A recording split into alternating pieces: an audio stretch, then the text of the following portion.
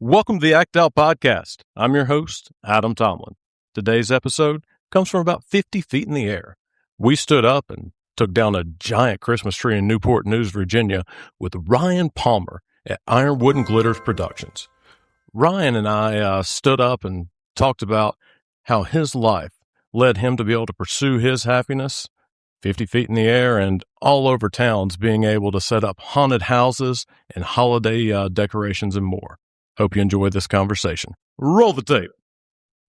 We're here in Newport News, right? Yep. When did you set all this up? Man, we started setting this up as far as the 50 plus trees that go around the circle. We started setting that up in early October. Oh, wow. Okay. Yep. So it takes a couple of months to do something like Oh, this. for sure. Absolutely. Yep. There's data continuity to all the trees as well as power infrastructure. That takes a good little while to set all that in.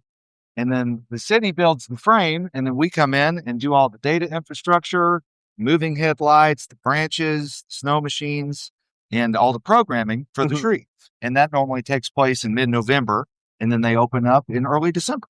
So, how would this get started up? Let's say I'm like the city manager here at Newport News, and I'm like, I want to do something here for the town square. I'm assuming that I don't know what, though. Like, I come to you, and I'm like, hey, man, how are you going to make us look pretty? Or like, how does it normally Yeah, work? absolutely. Sometimes the clients come with an idea, like we want to do a nighttime spectacular that runs every night. Like, great, give us a budget and any kind of budget, rough order of magnitude, and then we can tell you what level of nighttime spectacular you could get.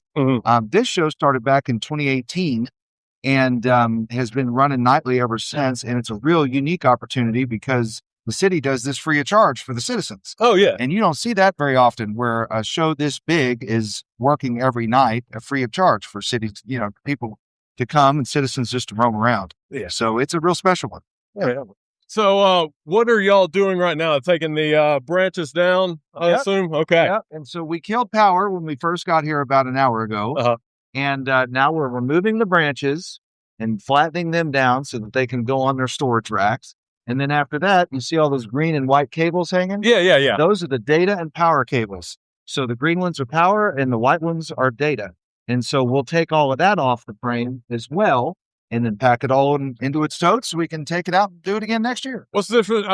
Power obviously turned on, but what's the data cable? Is that making sure everything's synced up or? It is, yep. So there's a computer in the tree and it sends a certain signal, and DMX 512 is one of them. And we tell the show what to do. So our designers design it all in the computer, and the city approves it. And then the computer tells it what to do by sending signal down those cables. And each of the branches has 40 lights on it. And each one of those has a specific address. So the show tells number one to do its thing, and Okay. and the rest of them fall in line from there. All right. Well, how can I help you out? Are we going to be going up top? We are, man. All right. Yeah. You ready? Yeah, man. I'm excited. All right, Let's do let's it. go. How did you get started in this? Well, so I went to college for commercial construction, Oh, okay. but I was in the arts before that. And I had an uncle that was the head audio guy at Austin City Limits for a number of years for construction, but I was always in the arts.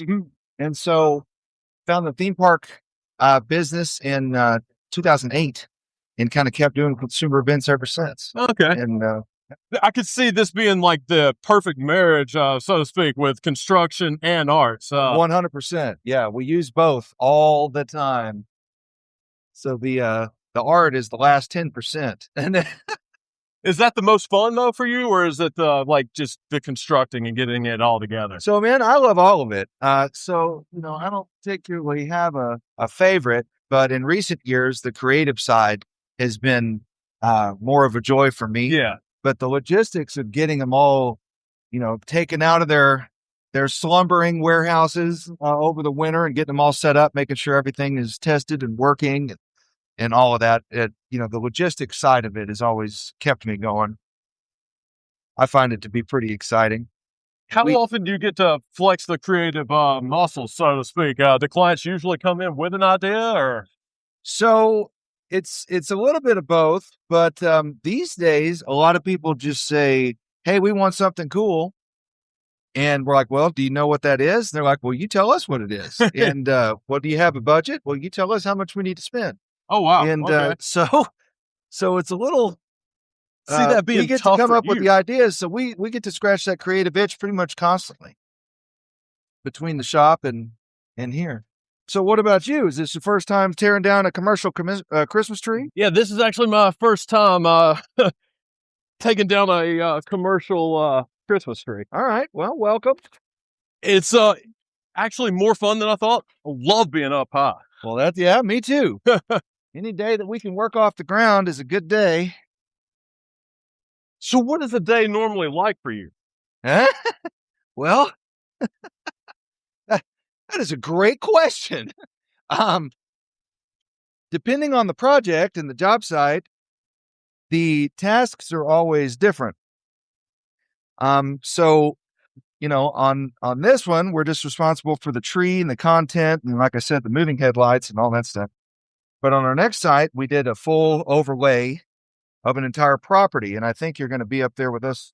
In Charlottesville, right? Yeah, a little bit on that one as well.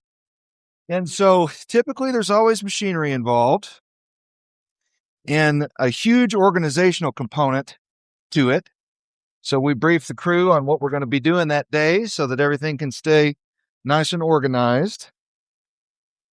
And then whatever the task at hand is, we tackle it. But we're typically, if the sun's up, so are we, and we're out in the field doing it.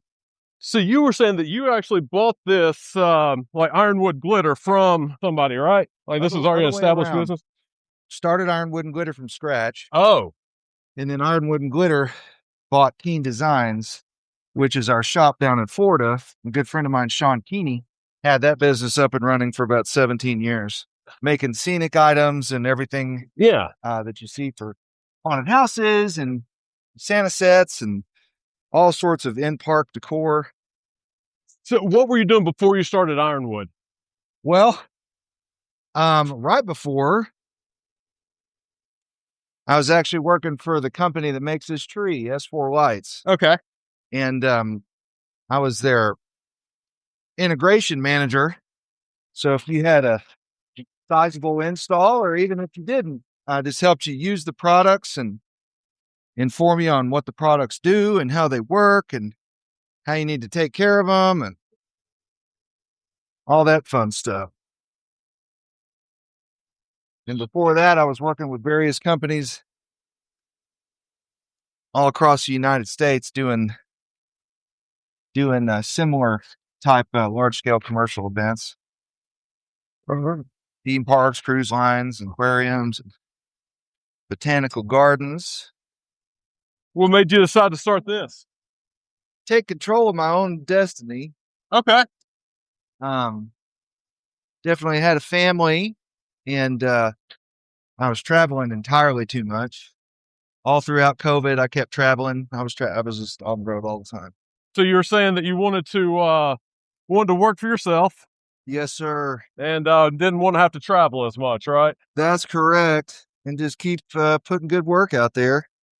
And luckily, we've been able to keep doing it. How hard was it to get started? It was easier than I thought it would be. Is this about a typical size crew for you? It is, yeah. During install, it'll get higher numbers because the detail associated with putting them together is a lot more intense than taking them down. As long as we stay organized, the next time we put it in becomes easier.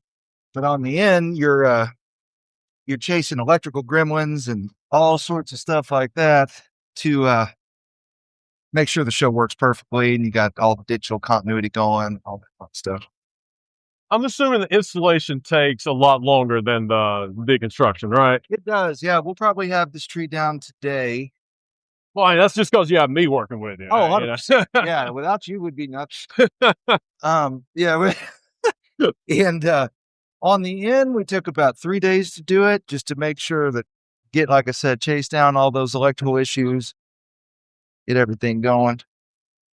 So it was a little bit longer, but not too much. And on all the circle trees I was telling you about on the side, we had 10 people out here for that. We were out here about 4 days. What was your very first, like a big display that you did? at Ironwood? Oh man. Well, you talked about how we got started. So the very first thing that we did is went up to Sesame Place Amusement Park and helped them take apart an installation that they had already ongoing. And that rolled right into the next one and the next one. And so luckily that was year one of the Winter Wander. So that came along and got us on our feet, but we were able to start the company without any loans or anything, just off the Oh, that's contract. awesome. Yeah, man. And so we started it off of our own labor. You know, you had said that there were going to be a lot of pros to like opening up your own business and all, but like what was the thing that kind of kept you up at night the most? Like what were you most nervous about? Well, to this day, it's where the next job comes from. Yeah. A lot of the people that operate in the entertainment business are kind of freelancers. They go company to company and to whoever's got the work. It's kind of the same at the company owner level. Like you got to manifest that next job for yourself. So sometimes just go out and tell people that, man, it's really, really nice if you did something out here. Yeah. They're like, you know what? You're right. We should do something. And then sometimes they come to you, like we were talking about before, just off reputation and whatnot. But the hardest thing about starting the company was just deciding to do it. Yeah. You think, oh man, I don't know if I'm going to be successful, all that stuff. And once you silence that, just go for it. I think for me, I'd had in my head, that I wanted to start a podcast. And so I kind of like started like picturing like what it would look like. And, like whenever you're imagining it, you're thinking you're going to be so successful and stuff. I think that it was tough for me to take that first step. Leap. Yeah. Because I was like, if I'm not perfect, this is going to be a complete failure. Oh, okay. Yeah, no, that makes total sense. And that's the thing, man. Perfection is impossible unless you're God himself. So you got to quit fighting that perfection angle and just try to be the best you can. And I found that as long as you're doing that, your work will speak for itself and people will, like in your case, enjoy what you're doing. And in our case, enjoy what we're putting out there for them to see. And it's all the same thing. I mean, you're in entertainment just like we are. Well, it seems that you learned that you don't have to be perfect lesson without having to spend like tens of thousands of dollars in therapy. So congratulations, sir. No, I'm caught up with you on that. Yeah, no, we're. I think though, like once I was finally able to like realize that I didn't have to be perfect, like all that the episode needed to do, first of all, is just get out there, just do it in the first place. But really after that, and kind of to your point of like trying to find that next job, it's like all you need is one person to get something from this and get you something else. That's it. And it's the exposure, and they see you, and they see what you do, and how you do it, and how you care about doing it. And next thing you know, you're on top of the world. There you go, man. So you said that the city actually like built the frame, like down at the bottom. We normally do that at sites we go to, but the city keeps control of that. They own a crane, and it just makes it easier for them to handle that part. Cool. Newport News does seem to be like it's a pretty close community here. It is. It really is. Kind of similar with Williamsburg too. Is that the case? We saw that for the Christmas parade, man. That was one of our favorite things we did all year, as we had a float in that thing, and we were one of the sponsors along with our friends Colony Point Creative, and just had a blast. But you see the whole community coming out, really rallying around the Christmas spirit and seeing all the lights and the floats, just everybody having a good time. Is that your favorite part of doing this job, is to see the people enjoying it afterwards? Oh, dude, absolutely. I mean, man, whenever I think about it, some of my favorite memories of Christmas were going through a light display. Like every December we would go to the same place and look at all the lights, and that was like, hey, this is Christmas time right now. And like I can imagine you get a lot of joy, like kind of creating those traditions. Right? Oh, that's why I've always done it. Yep. That's been my main motivation. What's your favorite season to decorate for? Between Halloween and Christmas, we do a lot of haunted house work as well. Oh, okay. I And, can see that can be fun. Yeah, that's just a whole different kind of bug that you get bit by as far as loving to scare people.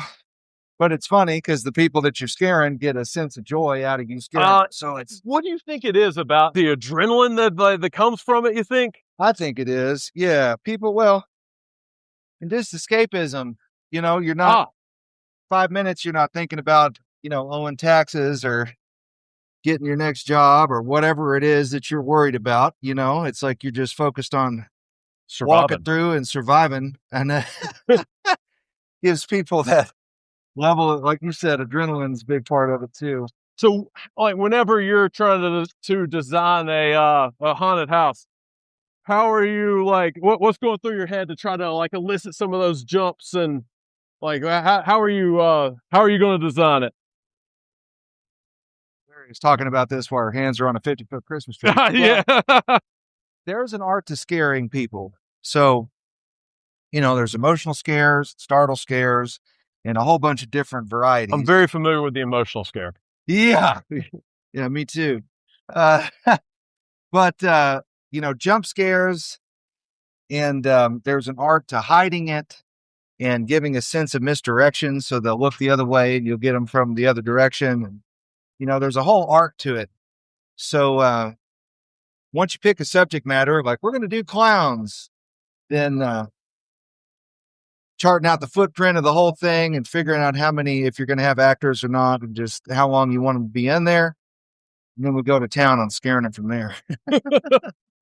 So that's you about designing scares. How do you design whimsy for Christmas? Oh man, that's my favorite part.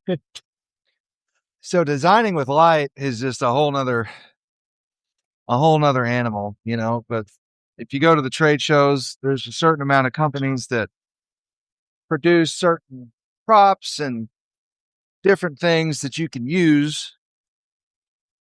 What we like to do is make our own so that our clients have shows that are more unique than other clients. Yeah.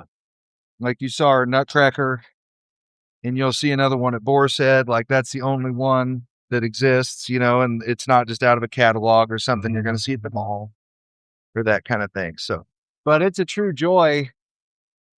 And the darker the environment, the better it is. Yeah. What's been like the coolest town you've got to spend time in? Well, every year we work in about 9 different states. I got my spots all over the place. So I spent a lot of time in Philly. Okay. So I got a whole bunch of stuff to do up there. I've never been to Philadelphia before. Oh man, that's worth the drive. I've heard it was pretty cool. Are you from the East Coast? Yeah. Oh wow, that's crazy. But I mean, I'm from rural Georgia. Yeah, you said that. Yeah, rural Georgia. What's the hardest part of your job? Sometimes staying positive when you're in a world of 1,000 problems in 2 different businesses, there's always going to be a problem. And it's pretty easy just to go, and I'm not dealing with this or whatever. Yeah. But, as the ultimate decision maker, you can't do that. And so, just no matter what the situation, keeping a positive attitude and finding the solution instead of giving up, Now, a lot of the times to me, that just kind of comes natural. So I don't really have to think about it. It's kind of on autopilot. But self-care, I'm kind of always out in the field doing something. So I tend to find the most decent cup of coffee that I possibly can. And kind of thought that self-care was just treating yourself lavishly or something. But the way my therapist actually explained like self-care, she was like, it's creating a life that you don't feel like you have to escape from. Dude. And I really like that. That's huge. I've gone to mine before, just struggling, like, why is this so hard? And she gave me a good zinger this year that I really resonated with. She's like, well, it's as hard as you make it. And what did she say? It's as hard as you make it. It's as stressful as you make it. You care as much as you let yourself, So I think a lot of that is perspective. It's been the most rewarding thing you did in 2025. Oh, man. I got to be with my family more than I have ever. Like, we started homeschooling my daughter. Mm-hmm. And so that allowed them when I had to go out for longer stints, they came with me. And so keeping my family with me more than ever this year was a huge, huge win.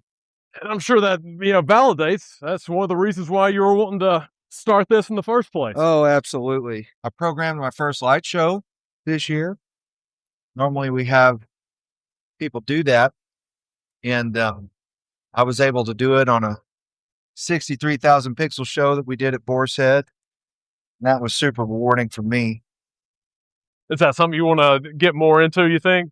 Well, as the owner, it's better for me to have people do that just for my time, but that was super rewarding to see your efforts directly reflected in kind of your emotion go into it so that it, if you think it looks cool and other people think it looks cool, then it's like, man, that was really valuable time. That was worth it.